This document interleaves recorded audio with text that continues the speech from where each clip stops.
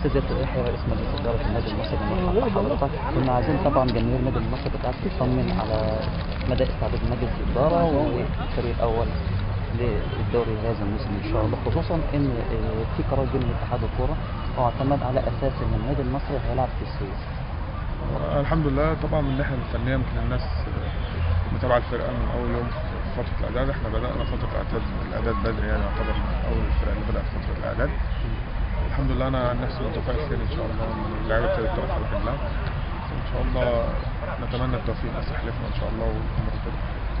بالنسبه للاستعدادات بقى فعلا زي ما انت قلت احنا جالنا فاكس ان احنا نلعب كل مباراتنا في السويس بعد برضه ما خدنا في اخر اجتماع في لجنه الانديه الدكتور كمال درويش والناس قالوا لي ان الناس المسؤولين عن الامن رئيس اللجنه رئيس لجنه الانديه قال لي ان مساعد وزير الداخليه ومساعد وزير الدفاع قعدوا معانا وقال لك الانديه هتلعب في ملاعبها حتى النادي المصري. معرفش بعد كده تلاقينا الامور بتتغير.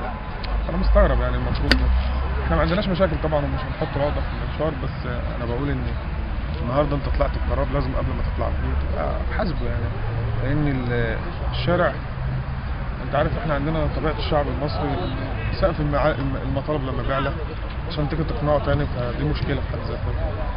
لكن احنا برضه متقبلين وان شاء الله كان في جلسه بتاعت مع سياده مدير الامن دلوقتي وكان في اتصال تليفوني بينه وبين مدير الامن السويس على الراجل قال ان هو يبعت معانا التامين المناسب وان شاء الله خير يعني ان شاء الله. كلمنا استاذ ياسر على ايه شكل التنظيم الامني لحافله النادي المصري خصوصا وهي خارجه من بورسعيد حتى السويس. هو احنا يعني انا اتكلمت مع المجلس وقلت لهم احنا برضه كلنا في مركب واحده ولازم نكون مع اللعيبه عشان نديلهم حافز، فمش حد هيسافر بعربيات خاصه ونسافر مع اللعيبه في الاتوبيس. وهو ان شاء الله يعني زي ما قلت لك هنتحرك من هنا ان شاء الله على الساعه 1 كده هيبقى معانا قوه تامين ان شاء الله. وانا بس هكلم سياده المحافظ برضه ان هو يدينا تصريح على اساس نطلع من طريق المرشدين، هو طريقنا مؤمن اكتر يعني. يعني ان شاء الله خير، نطمن الناس ان شاء الله خير باذن الله. اخيرا استاذ ياسر في استياء من قبل مجلس الاداره لقرارات طبعا اتحاد الكوره او قرارات رئيس لجنه المسابقات الحاج عامر حسين. عايزين نعرف رد فعل النادي المصري برئاستك. طبعا احنا علمنا انك انت بعت مذكره ان النادي المصري يلعب عمليه زي اي فرقه هتلعب على الاربعه. بالظبط. انا النهارده قلت لك يعني انا في الاول اهم حاجه عندي الامن، انا مش عايزين نسكت على الامن. فانا بقول ان الجهه اللي هي المنوط بها الحمايه قالت وقررت ان النادي المصري هيلعب. فانت ما تجيش النهارده تيجي وبعدين احنا كنا نستحمل طبعا دي تكلفه وتكلفه ماديه ومعنويه بالنسبه للعيبه عندنا وبالنسبه للاداره. فاحنا كنا متقبلين في الاول، لكن لما طلع قرار ان احنا ممكن نلعب في ارضنا طبعا الامور ابتدت حتى في الشارع ابتدى يستقبل القصه دي. زي ما قلت لك احنا مش عايزين نحط العقده في المنشار، عايزين الدنيا تمشي، مش عايزين نكون سبب في توقف الحياه الكرويه.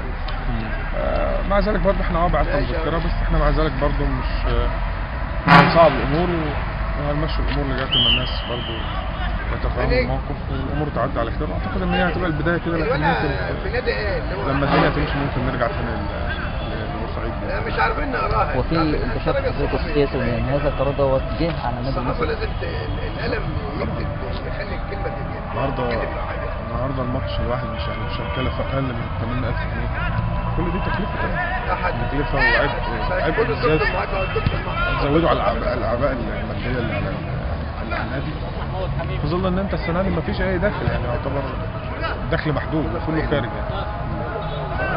فهل انت النهارده خدت القرار وحطيت في دماغك ان انت ممكن هتعوضنا ماديا او هتتحمل انت المخططات على اساس ان انا راجل انا في ذنب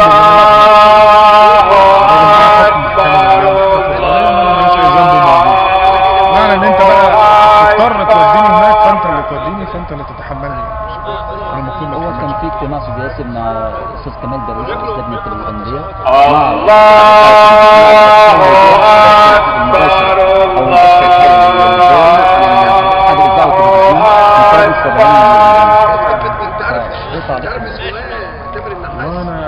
انا يمكن انا بعت لهم فاكس ان انا راجل ملتزم. أشهد أن لا إله إلا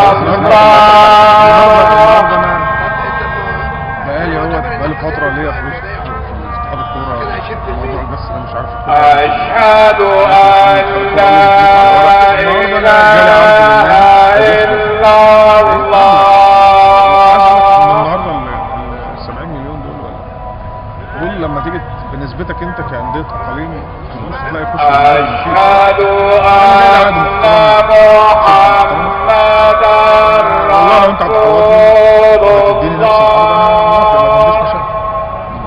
مصلحة النادي فوق اي حاجة. احنا طبعا يهمنا طبعا مصلحه النادي، ونتمنى رب أشهد أن محمدا رسول